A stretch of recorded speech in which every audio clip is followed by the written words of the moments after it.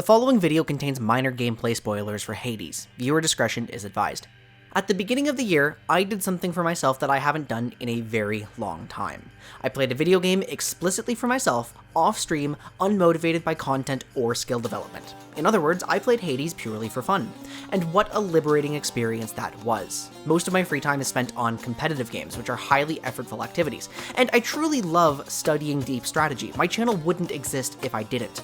But as a chronic perfectionist and overthinker, I have struggled to actually play these games for a long time. With my recent competitive role swap in League of Legends, it was only getting worse. Are you okay, by the way? I can't breathe very well. So clearly, there was a severe problem if moderate stakes regular season games were sending me into a borderline panic attack. I could barely even get through my solo queue games without extreme self-judgment. I have good game knowledge, and I am a good analyst, so I was disgusted with my inability to access or use any of that knowledge on the fly. I was always stressed that I couldn't take the time to find a solution to my in-game problems. The outcome hurt. It was agonizing to be a bad player. My solution was always to overanalyze the game afterwards, generate a new, useful concept, and then fail to apply that concept, repeating the cycle. And because I have to deal with OCPD, I believed truthfully that I was incapable of improving without outright suffering. I didn't have any tools to help me stop agonizing over mistakes. But then along comes Hades. Despite the fact that I approached this with minimal effort, I got better at the game. It took me a while to build up the skills necessary to escape each major region, and progress was not linear. I would regularly die to challenges I'd previously passed. Still, I continued to have fun, and after about 26 runs, I managed to beat Hades. Then I did it again, and again. Then I turned up the heat because the game had gotten too easy, and I failed several times before I succeeded on higher settings, but I deliberately put myself in a position in which it was likely that I'd fail, and I enjoyed that position. This contradicted everything I knew about myself. I enjoyed the process of failure. I took each run as it was, maybe fishing for some boons I hadn't tried before, but never trying to hard optimize or plan for my entire build. It was my belief that an absolutely critical life lesson could be built from this experience. Sure, you could argue that the for fun approach to my experience contributed greatly to how I was feeling, but I knew there had to be a way to apply this healthier approach to improvement into a more competitive experience, something that I'm sure fully eludes overthinkers like myself, who tend to write full essays at the first sign of not understanding something. I don't believe it's possible for people like me to declare that they don't care about the outcome of a competitive game while being honest to themselves about their feelings, at least not without doing the work necessary to change those underlying feelings. So let's do the work. What is different about Hades compared to a game like League of Legends that allowed me to access skill development without suffering through necessary failure? Let's start with the moment of failure in Hades. I have just died, my run is over, and I am probably experiencing some minor frustration. The very first thing I'm confronted with are obstacles and incentives, making it very difficult to immediately jump into another run, because I have some story progression to explore in the House of Hades. In interacting with the other characters, I'm given repeated encouragement to try again, assurance that I'm expected to fail, and narratives that capture my attention and excitement. After that, I still can't start my run because I have to first go through the bedchambers to decide which talents I want on my next run, then through the courtyard to pick my weapon, aspect, and keepsake. The game has, without my awareness, tricked me into processing my emotions, given me a productive narrative goal to progress on my next run, which is not dependent on my performance, then given me space to plan how I want to approach that run. It by design prevents a spiral down unhelpful thoughts and gives you space to make an active decision on whether it would be in your best interests to start another run right now. Even more consolation to my mistake is the existence of macro progression currency. No matter how badly I do in my run, at least I have a bit more darkness to work with that can help me to make my next run a little easier. Maybe some keys or Titan's Blood as well if I did well enough to get to that point. Maybe I have some gemstones or diamonds to help me further my goals in the narrative. And even if I don't have anything to spend, I've still accumulated more so that I'm closer to some unlockable goal. It's another small trick that the game uses to make you feel that you're always making progress, even when you're experiencing setbacks. If we abstract the concept of macro progression currency to marginal progress made regardless of outcome, then we realize that every game actually has this. It's experience. Granted, it's much harder to actually appreciate the small cumulative value of learning from your mistakes than it is to see a number go up. Failing to apply your game knowledge or to succeed in a situation in which you know you're capable does not often feel like progress. But remember, I enjoyed failure in Hades, and the experience of gaining experience was another factor in that. So let's return to the moment of failure. I've died, and beyond the frustration, I'm trying to figure out what I could have done differently. Fortunately for me, every problem I can experience in this game has a simple solution. The spear guy has an attack with a very fast startup, so I can't just rush at him. I need to spend more of my attention on the archers because I'm taking too much damage. I'm dashing too early against this move, I'm dashing too frequently against that boss. My deaths are very clear responses to very obvious actions. Recognizing what went wrong is easy because the challenges are designed for my learning curve. When death leads to immediate failure and removal from the run, and when the bulk of the solution is to execute on the simple conclusion next time, there's no space for my brain to stew on that moment of failure, especially when it's forced to rest. I would understand this experience under the Coach Curtis model of the intuitive versus the analytical player in League of Legends. I've been using this system to understand the flaws in my own approach for a long time now. Under this framework, it's explained that some players learn more through feel and are better at being in the moment during League games, while others learn more through review and study, but get more easily afflicted with mental blocks and struggle when asked to execute high-variance plays. But the best way to approach a game like League of Legends is in a hybrid between the two styles, leaning slightly more into the intuitive side. Needless to say, I'm a very analytical player. I've wanted to learn how to tune into my intuition for a long time, but remember, OCPD. So in a game like League of Legends, where the moment of failure might not immediately cause the end of a match, where I have time to ruminate on the idea that you suck, you're so bad, you knew that concept and still made that mistake, and where the problems are highly complex, I always found it hard to learn to shut off the analytical, overthinking, and extremely self-critical side of my brain. Even though the end of a League game is similar to the break offered by the House of Hades, in practice that time is spent very differently. The PvP nature means that challenges were not necessarily designed for my exact skill level. The scoreboard screen showed me my LP going down in contrast to the macro progression currency going up. I kept spinning my wheels on the complex problems rather than processing my emotions, which is a problem when it's likely that I just endured some verbal abuse. What I experienced in Hades was my first ever proper intuitive approach, provoked by approaching simpler problems, but in League I could not immediately replicate that approach when taking in the sheer scope of this game and its psychological stressors all at once.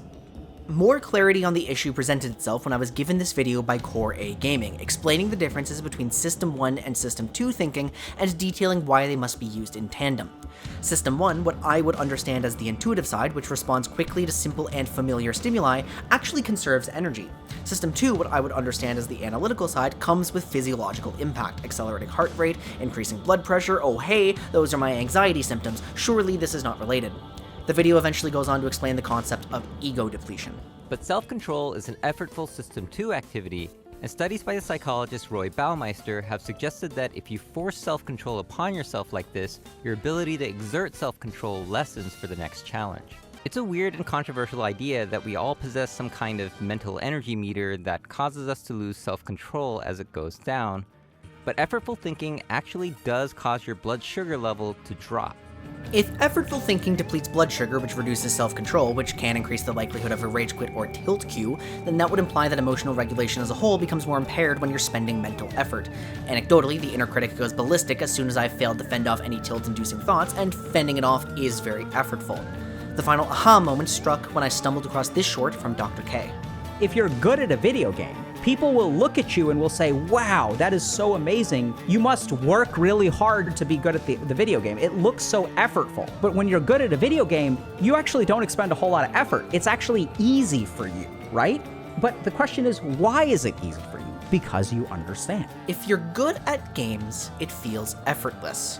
Well, League of Legends is very effortful for me, but I realized that Hades is not. Hades is a game played almost entirely on System 1 thinking, on intuition. System 2 only corrects for lapses in attention and absorbs new information on enemy attack patterns and player responses. I can't access my natural tendency to play under System 2 because the game literally will not allow me to play that way.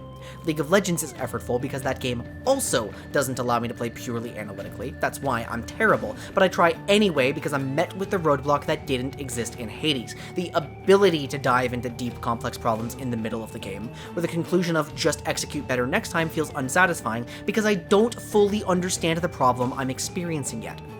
I recognize the need to be more intuitive. I recognize the value and the health benefits of doing so, but still, every time a peer attempted to teach me their own approach to intuitive League play, it just didn't stick, because for people like me, understanding is a prerequisite to action, and alternatively, action without understanding or process leads to suffering. What do you mean, just spam games? How can I move on without knowing what the problem was in that last game? How can I accept that the outcome of that game was entirely on my teammates if I'm supposed to take responsibility for my own play and results? Why should I stop blaming myself for a failure to understand at the moment? How can I possibly accept that a game might have zero review value until I check for myself? Why did I get better at Hades, but not the game I've been playing for years? The Core A video brought out this diagram and focused primarily on the flow quadrant, but what finally helped me to move beyond this was a focus on the anxiety and relaxation quadrants. The healthy process I used in Hades alternated between relaxing and engaging, but how did I achieve relaxation despite low skill? Simple, because the challenge was easy relative to my skill. The opposite was true for League. My skill was low relative to the challenge despite my knowledge provoking anxiety. I was taking on challenges that were too difficult and getting nowhere. Why were the challenges too difficult though when I'm capable of producing the analytical content that I am? It's not that there's something wrong with me, it's that analysis under time constraints is difficult. It's that knowledge must become accessible to System 1 thinking. Even though I don't have perfect knowledge, it's not the core problem. To all the overthinkers, analysts, and anxious wrecks, there you go. This proves that it's okay to let potential learning go. Concluding that you're just making too many execution errors and failing to apply your existing knowledge is okay, even when there's more to learn about how your game works. While playing Hades, I took things one step at a time under a system that promotes rest, reflection on your mistakes, consolation prizes, resolve to do better next time, and challenges appropriate for your skill level. In League, I taught myself to work myself to the bone, taking on the wrong challenges at the cost of my rest time, prioritizing new knowledge when I could never use my existing knowledge quickly enough, leading to poor performance in-game and in draft. The skills of making my videos are different from the skills needed to play, so that self-judgment is useless, and having knowledge is not the same as having the skills to execute on it. But I get it. We're still weirdos who desperately need to understand and who need to design a process or we feel like we're doing something wrong. So here's mine.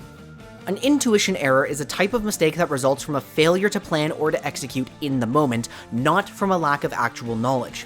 It is objectively true that intuition errors can be the primary cause of a bad game outcome. If they are, especially if a trend of intuition errors has emerged, then it is fair to attempt to solve them rather than reviewing for deeper understanding. Doing so conserves the physical resources that would be consumed by System 2 thinking, making it more possible to keep trying during a play session. There are 5 classes of intuition errors with different solutions and exceptions. The intuition error system is designed for League of Legends, but I've already found that small changes in the wording can cause it to apply to other games and even to my daily life. Mechanical errors are simple failures to execute on your combos or to aim your skill shots. They are solved by developing muscle memory through more games on your champion and can be addressed by trimming down large champion pools.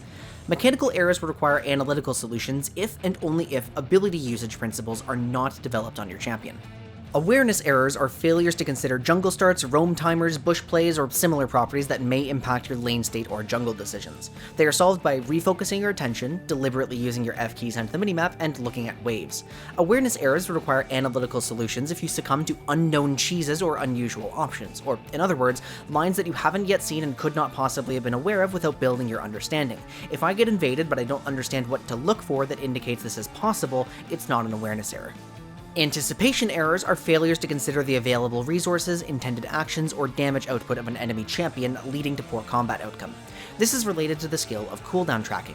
They are solved by more deliberately spending your attention on enemy options before you enter combat, or by deliberately practicing that matchup in 1v1s or in-house games to bake these options into System 1 thinking. Anticipation errors require analytical solutions if you do not understand the general combat patterns and goals of your enemy champion. Discipline errors are failures to restrain yourself from participating in a known doomed play involving fewer members than your entire team. In other words, you allowed yourself to be sucked into one player's decision which you knew with absolute certainty would go badly. You must be ignoring a conscious feeling that you are deliberately making the wrong decision. Following an ill-fated full team call is not a discipline error. The subclass of emotional discipline errors are failures to restrain yourself from behaviors that would worsen your mental state. Shouting at my teammates during a competitive match is an emotional discipline error, as is immediately opening Twitter after a loss to deny myself emotional processing time. The solution is, again, based in attention control. Planning errors are failures to generate any sort of game plan during the setup phase by reason of not thinking about it. It means you have lazily defaulted to starting the game in the lane phase and now have to play catch-up. Failure to generate a correct game plan is an analytical error, but not having one at all is the type of issue that can be solved by paying attention in the next game. Due to the nature of League of Legends, the intuition errors all do have minor System 2 components. This is unavoidable, but we still consider them to be intuitive because the solutions are not rooted in deep analysis, they're rooted in execution. All intuition errors can additionally be addressed by working on your mental, physical, and emotional health outside of the game. Proper sleep, exercise, nutrition, fruit especially for the sugars necessary to fend off ego depletion, all goes a long way. It's no wonder that I hit my peak rank during the period in which I was actually going to the gym. Remember that frustration tolerance and attention control have major physical components that cannot be immediately solved in-game. If you identify one of these intuition errors, spend your attention on fixing it next game and try again. That's all you can do. It's okay to think like this, it isn't giving up. We need System 1 solutions to problems. It is necessary to take intuitive approaches sometimes, even as an analytical player, or we're going to exhaust our physical resources. If everything is effortful and we don't take steps to make it more effortless, we're not going to get good at the game. It is not possible to extract 100% of the potential learning value from a game, otherwise the challenge begins to surpass our current skill and we hit anxiety points which inhibit our ability to learn. Hades, by design, showed us that this is okay, that it feels right to be intuitive sometimes and to avoid over-reviewing, because even if we failed a run and didn't earn all of the possible bounties, at least we still got some of the blood and darkness out of it instead of throwing it all away because somewhere along the way we were convinced we had to understand the game like a challenger player rather than experiencing the journey one step at a time. Thank you to my patrons, SonicX5040, Mel7401, Hailfire, and Sorazin. Your continued support makes these videos possible.